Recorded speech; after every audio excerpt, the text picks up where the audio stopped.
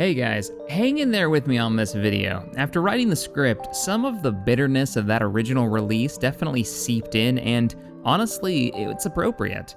But there is news, there is hope for this title, so let's get into it. And hang out till the end, please. Archeage is an MMORPG that came out way back in September of 2014. I did a massive amount of hype content on it.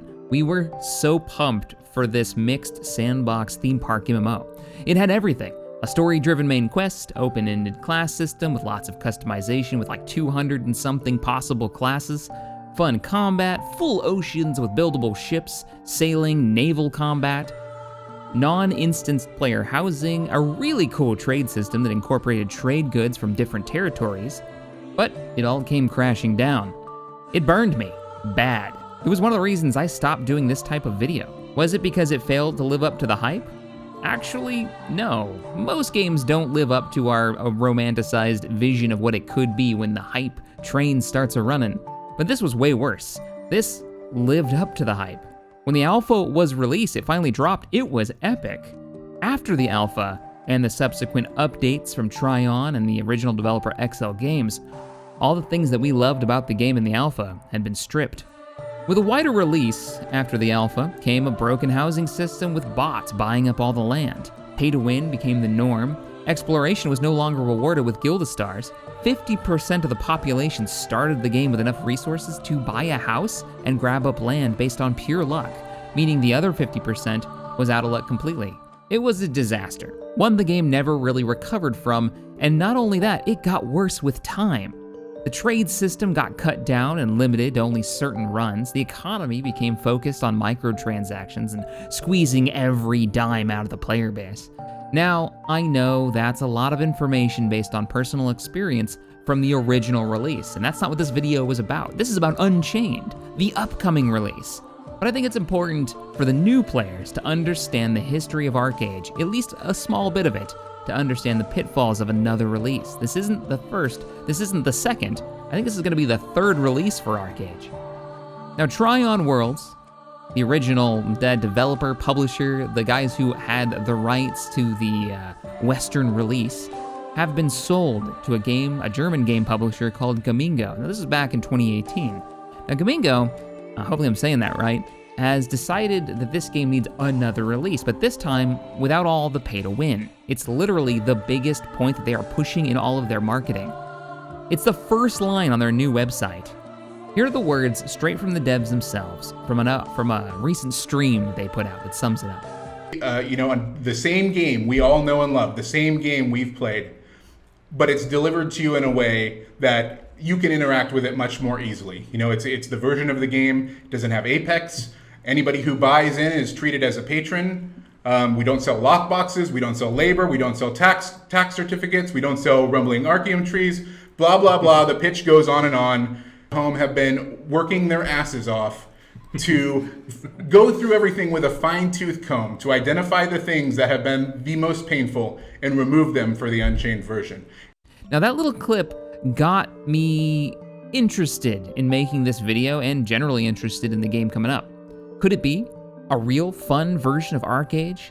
Something that at least reminds us of the alpha release, one of my favorite MMO series. Like, we played that for, I think it was 3 or 4 months, and it was an absolute blast. I'm cautiously optimistic. Here's the basic general information that we know. It's a completely new set of servers, replacing the free-to-play to a buy-one-time purchase model, something similar to Guild Wars, with a limited cash shop that will be focused on cosmetics. Players shouldn't be able to buy power. The release of Unchained is set to be released on Steam for September 30th, but there is a chance this could be pushed back. That's only 11 days for me making this video. And the devs have already hinted a little bit that could be the case, that they push it back.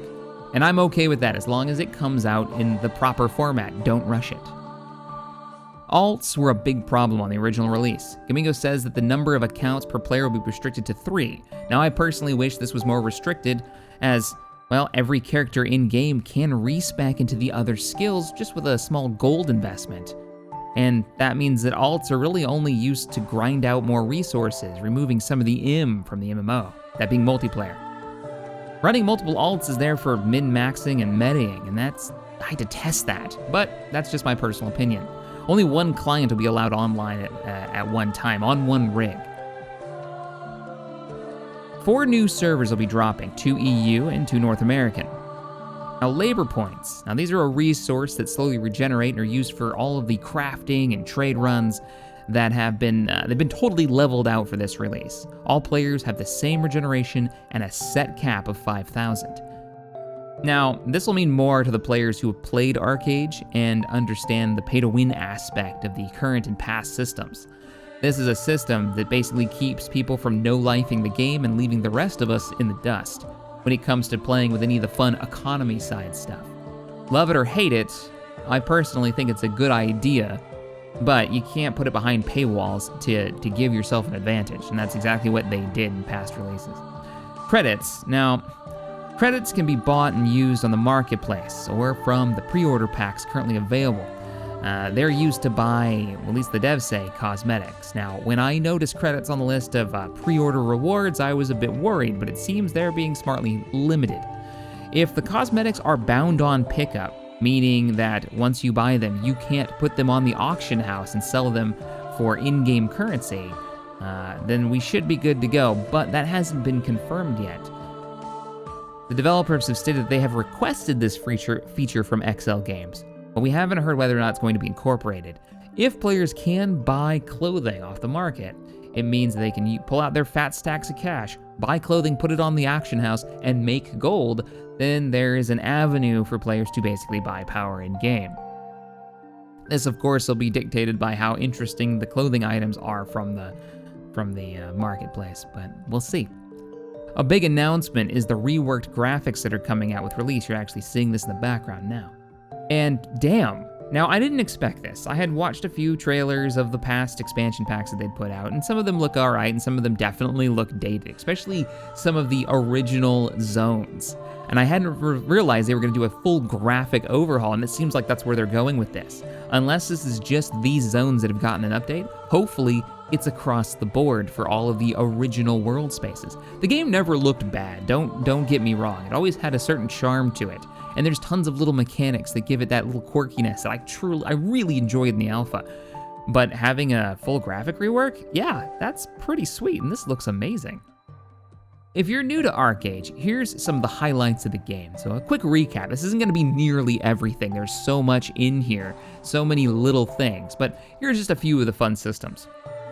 There's a crime and punishment system for outlaws. They actually get tried in a court by players, and they actually have a prison in-game for which the players who get sent to it could possibly escape. Now, this was in the alpha and the early release, and I hope it's still in, because it was a really neat system. And you could, while running around in the chat in the bottom left-hand corner, actually see the courtroom chat going off, and how the how somebody was sentenced.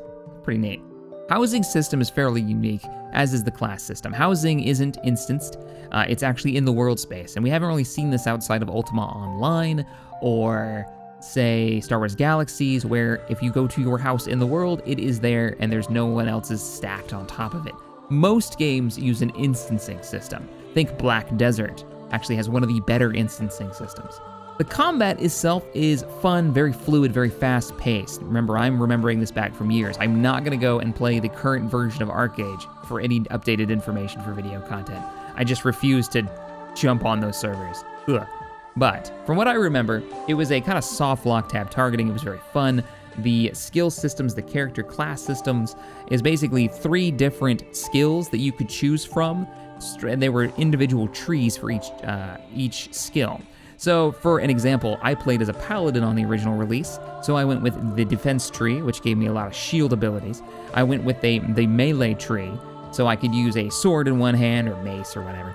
And my last one was a healing tree, and then the game gave me the title of paladin because that's the tree I built. And there's like 200 or so combinations of these. If you want to make like a stealth archer, or maybe an elemental archer, you know, you mix in some of the magic and then some of the bow stuff, you can do that. It's quite cool. There's a few new trees, by the way, that have been added since that early release, so there's even more combinations now, with a new one coming out with Unchained. It's a new melee skill set. Interesting to see how that kind of filters through, and all of the skills have been changed over time. This is the 6th It's 6.0 version of the game, so some of my stuff is a bit out of date. As I mentioned, the trade system was very interesting. You could set up a house, a farm, and grow crops and build these trade packs, even have an animal farm. You'd build these trade packs by combining a bunch of elements at a kind of like a kiosk that would kick out a backpack that you'd wear on your back. It would slow you down. You could take this backpack from wherever your region is, and each region could grow different crops and resources better than others. You would make a backpack and say, okay, I'm gonna take this on a trade run. Pull up your map and decide where you want it to go. Certain regions would flip PvP on and off in different times of day. So you could wait until one became peaceful for the next hour and plan your trade run accordingly. You could take your trade pack across the ocean aboard a ship. You could do all this fun stuff. Now, from what I'm told, it has changed drastically since I played. Now, trade runs are limited only to certain areas. You make a pack, you can only take it to one of 3 areas on each continent. And taking them across the ocean now requires you to make a different type of pack called, it's not even a pack, it's called cargo. It sounds awful. And from what I've read on the forums, it seems like players are complaining quite a bit, and that the golden standard of trading in the game was the original version. No indication that they're going to be changing how trade works in this version. I know a lot of people want to go back to that original alpha and original release version of trade that I remember so fondly. It definitely opened up, risk versus reward and a little bit of research on where do you want to go? Where do you want to take this pack? I know Tabby loved it. She'd jump on the back of her donkey, which was one of the only mounts that allowed you to go faster while carrying a pack until you got into some of the larger carts and vehicles. But yeah, we'll see how it is. Maybe the system isn't as bad as some people make it out to be, but I'm concerned. Part of me thinks that they limited it due to listening too keenly to the PvP players. Players wanting more of the player base to be funneled into smaller areas so that there could be more combat and ganking going on. And that's concerning, but that's only speculation on my part. So I'm going to be keeping a really close eye on Archeage Unchained. I'm going to be playing hopefully on their PTS that's scheduled soon on the 23rd. That's subject to potentially changing. That's only right around the corner. So if you would like to see some more hands-on gameplay about the game, let me know if you're interested in more content on Archeage. Maybe do some deep dive in some of the more unique mechanics. This was only kind of scratching the surface of what is essentially a very large MMO with lots of little cool features. Multiple, characters riding on horseback where you can get somebody to jump on the back. You can do all kinds of cool stuff. Diving and treasure hunting. How the old exploration system worked, and hopefully they've gone back to that. There was quite a feature list full, so that could be fun. Yeah, let me know what kind of content you guys would like to see if I decide to continue to do this, where the interest lies. All right, everybody, I will see you in the next one. Oh, and before I go, information on what server Armco will end up playing on will be over on the Discord. So as this gets closer to release, check out the Discord, especially the announcements tabs. I'm sure Blitz, Darkwater will be there. He's pretty keen on getting into this. He's going to be doing some testing as well. So if we decide to go ham on this, he'll probably put a post out. All right, everybody. See you in the next one.